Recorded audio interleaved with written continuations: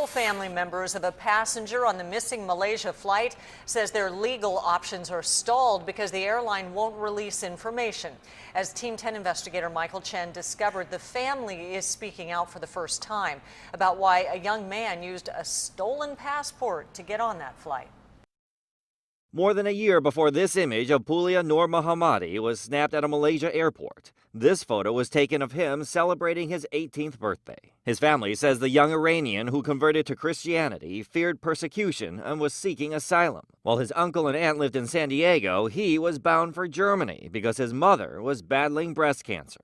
He wanted to join to help me. From her home in Germany, Nilofar Tehrani told us her son had bought a false passport and emailed her about flying to Germany to seek asylum before getting on that fateful flight. After the plane disappeared, Nur Muhammadi and another Iranian who used a stolen passport became persons of interest. Later, Malaysian officials said they believed the men to be asylum seekers and not terrorists. Did your son have anything to do with this plane's disappearance? Never.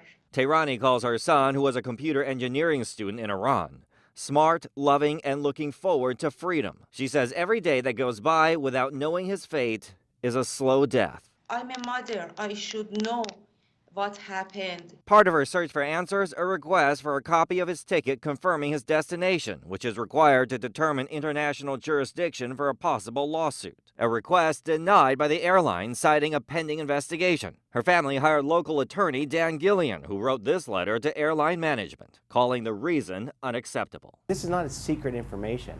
Everyone knows where he was going. My client knows where he was going. But what we need is that ticket that he paid for. Family members of that young man now living in San Diego, including an aunt, uncle, and cousins, call the lack of information an agonizing holding pattern. Tehrani says she prays every day she'll see her son again, but she also wants to find out the truth. Michael Chen, Team 10.